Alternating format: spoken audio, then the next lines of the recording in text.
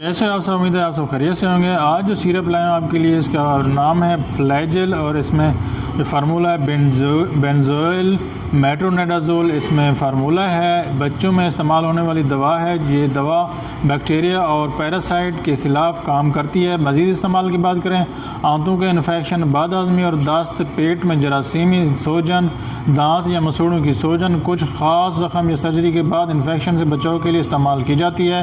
तरीका इस्तेमाल की बात करें तो 6 माह से 1 साल तक आधा चम्मच या दिन में 2 या 3 बार दे सकते हैं। 1 से 5 साल की उम्र में 1 चम्मच दिन में 2 या 3 बार दे सकते हैं। 5 से 10 साल की उम्र में 1.5 चम्मच दिन में 2 या 3 बार दे सकते हैं। 10 साल से बड़े बच्चे 2 चम्मच दिन में 2 या 3 बार इस्तेमाल कर सकते हैं। एहतियाती तदबीर की बात करें तो इस्तेमाल से पहले दवा को अच्छी तरह से हिलाएं, खाने के बाद दें ताकि पेट ख़राब ना हो। कोर्स मुकम्मल करें चाहे अलामत ठीक हो जाएं।